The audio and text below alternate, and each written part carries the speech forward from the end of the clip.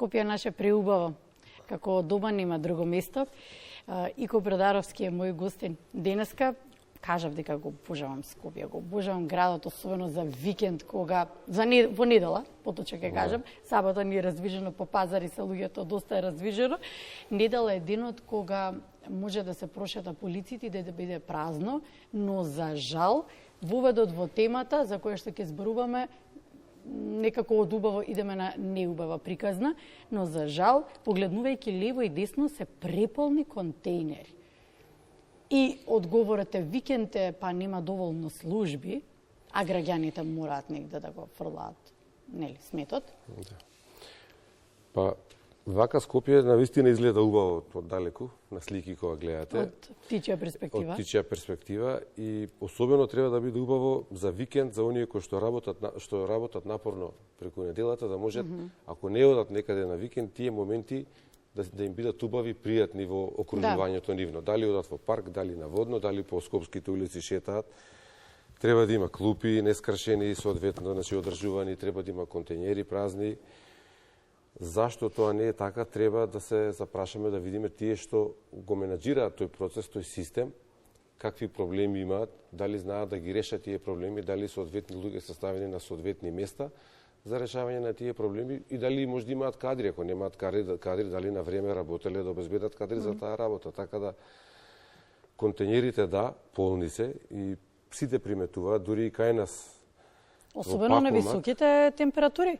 Кај нас во Пакомак исто многу, ние за комуналниот отпад не сме одговорни, меѓутоа како жители на овој град, како луѓе кои што тука функционираат, не можеш да не приметиш дека и тоа е проблем. Кој проблем со кабаст отпад оставен покрај контейнерите со недели да стои. Меѓутоа има големи реакции, има големи реакции кај нас, особено на социјалните мрежи и за контейнерите за амбалажен отпад кои што не се празнат редовно и стоат полни со недели и со недели. Така но не била ваква состојбата пред години.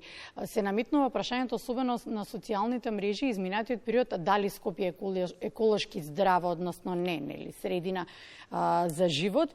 И повозрастни граѓани во коментарите се навраќаат на време кога не било така. Кога преку викенд, велат преку викенд, сите кога ќе си отидат по дома, ние скопјани уживавме во нашето Скопје, во кој што имаше можности каде да се прошета и беше многу почисто, дури неспоредливо со сега. Ги споминавте клупите, па и каде да седнеш да одмориш? Па, видете, моje лично мислење, но и од искуствата од европските земји, бидејќи ние како компанија веќе 15 години сме во оваа работа со менаџирање на отпадот, отпакување, разменуваме искуства како е во европските земји. Клуч за успех помеѓу институциите, односно државата, и оној сервис кој што треба да се даде на граѓаните е јавното-приватно партнерство.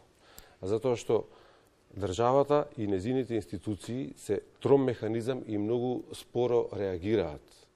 Ако имаат, не дај Боже, некаков проблем, некаков дефект на машините, тие треба да распишуваат тендери, ако тој е неспецифичен дефект, па да чекаат 3 месеци, 6 месеци, тој дефект да се острани.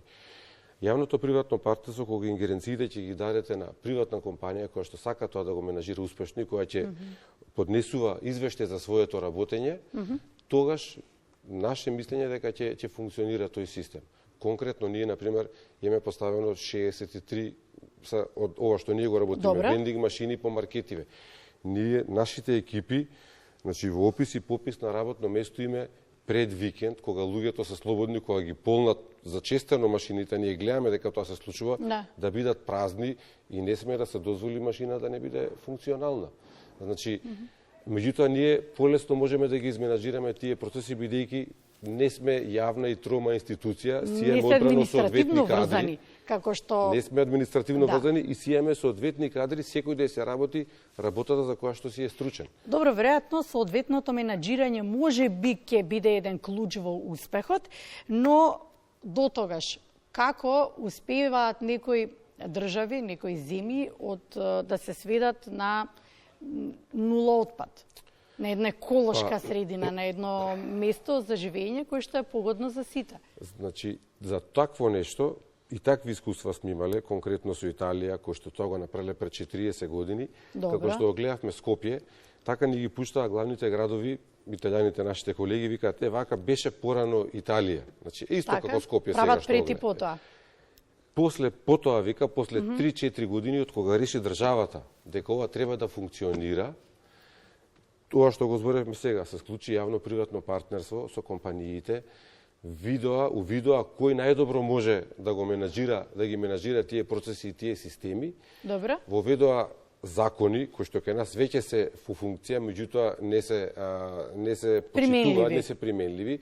Воведоа закони кои што веднаш кога почнаа да се применуваат за менаџирање на отпакување, за правилно функционирање на депониите и така натаму. И после 4 години тие држави станаа... Добро, или Словенија да ја земеме како пример. Или Словенија ако земеме како пример.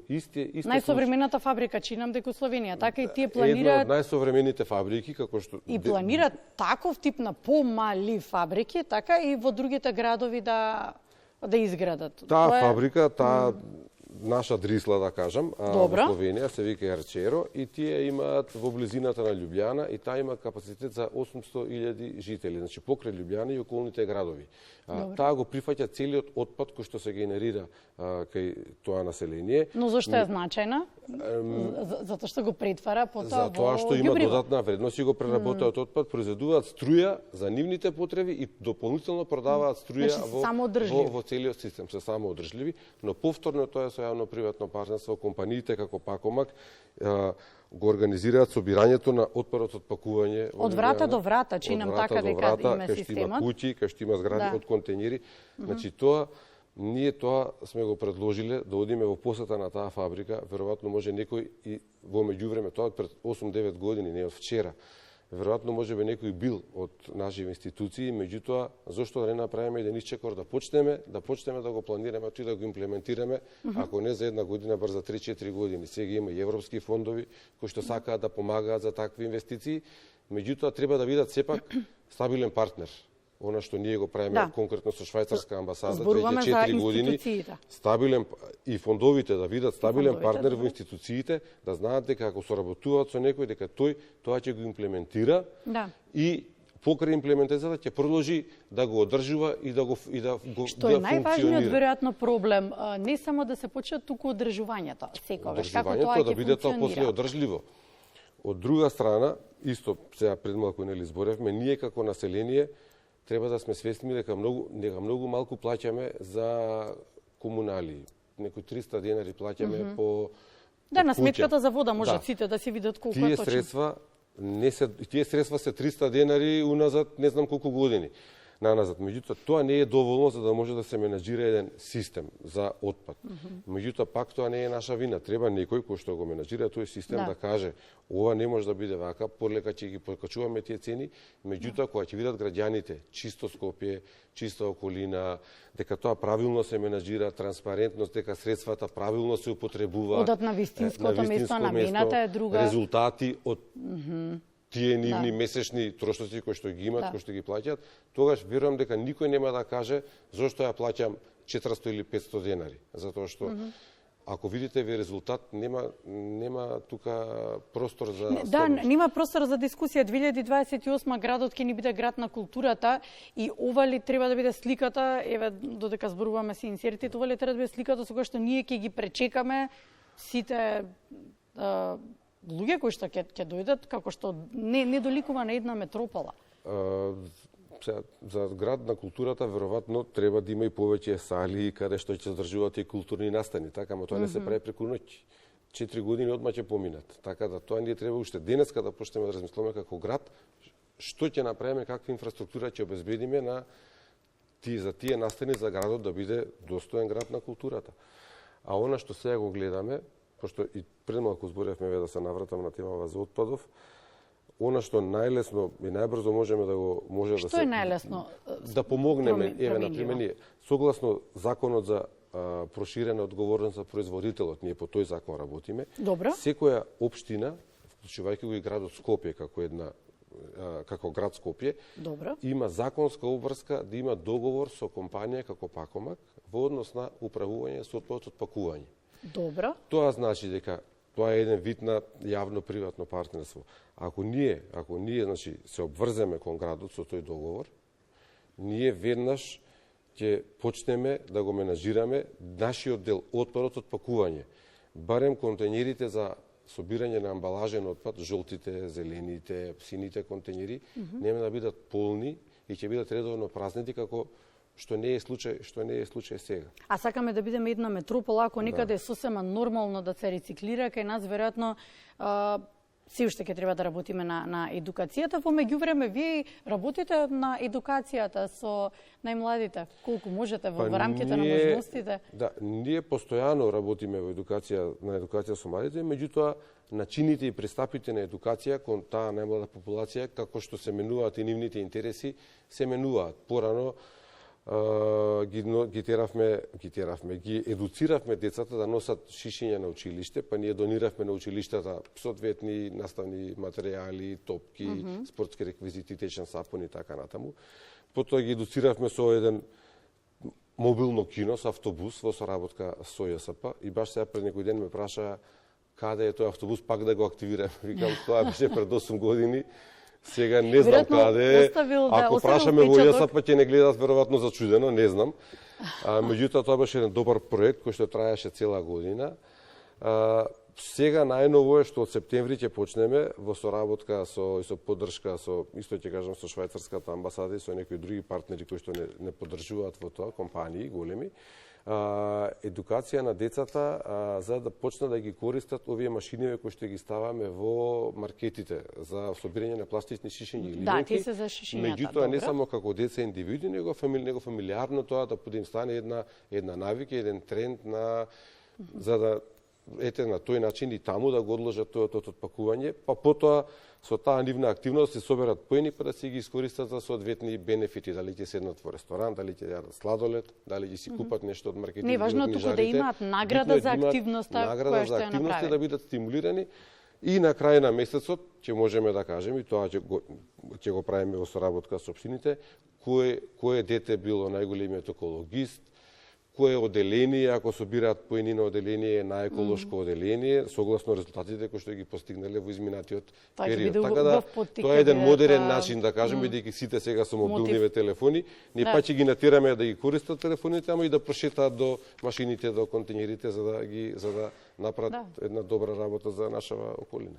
Ќе се навратам пак на тоа што ми кажавте, едни системи недалеку од нашите и сличен менталитет горе-долу за Италија. Колку време им требаше од превземање на чекорите да ги сменат работите? Не повеќе од 4 години. Колку мислите дека нас би ни требало? Па еве нас, например, да кажеме дека ќе ни треба, ако сакаме тоа да го решаваме, мислам дека не повеќе од 5-6 години. Затоа што тие тогаш имале неспремни партнери. Ние сега како Пакомак сме спремни тој дел кој што е пакувањево да го решаваме. Останува да се решаваат и тоа е исто проблем. Депониите, тие регионални центри за депонирање, меѓутоа се надевам дека и тука ќе се забрзаат тие процеси. Прашање како заклучок е дали тоа се многу или малку или релативно доволно според очекувањата години за една реформа да се направи како што треба. Или повторно тоа е во соглед праксата светлосни години. Многу. Вака сега, ако ги земеме наназад годиниве... Сам да прашам колку ние сме назад со едукацијата, мајде некако да прашам убаво. Ако ги земеме годиниве наназад, еве ние од кога функционираме 15 години, дека освен што сме поставиле ние контејнери за селективно собирање на улиците и го собираме она што треба да го собираме, некои 26-7-8 тони на годишно ниво, ништо друго не е направено. Дрисла депонијата е иста од пред 15-20 години. Бар не сме виделе дека е кажано еве направено е тоа и тоа. Може би следно ќе биде и барање и ингеренциите и таму да се одземат. Центрите за регионалните центри за депонирање се зборат 10 години. Не знам до кај работава, нема уште нешто. Мислам дека нашиот народ е научен да чека трпеливо и ако поминале 15-20 години, веќе 4 години многу брзо ќе поминат, или 3 може и побрзо ќе биде. Ние сме спремни од утре да почнеме да ги сервисираме нашите контејнери и да ставаме и нови контејнери, меѓутоа ќе ни треба соработка со општините, што ги спомна на пресконференцијата сега Да, што на има тие вестите што ги гледавме, комунални редари да има да се грижат за таа опрема, бидејќи ние колку и да ставаме контењери, ако некој не се грижи за нив, ако ги искршат попадно, ги оштетат и најднаш ги снема магично. Ние го правиме, ставаме, меѓутоа зошто да се уништува таа опрема? Таа опрема ќе се нема да се уништува ако некој води сметка за таа опрема. Значи треба да има комунални редари кои што ќе можат да казнуваат, па тие ќе може некој да казнат ако фрли отпад до контењерот, меѓутоа па треба да им створиме услови да не фрлаат покрај контењерот кабаст отпад и така натаму. Така да тоа треба да се изменазира. Пак се сведува на тоа да се има услови.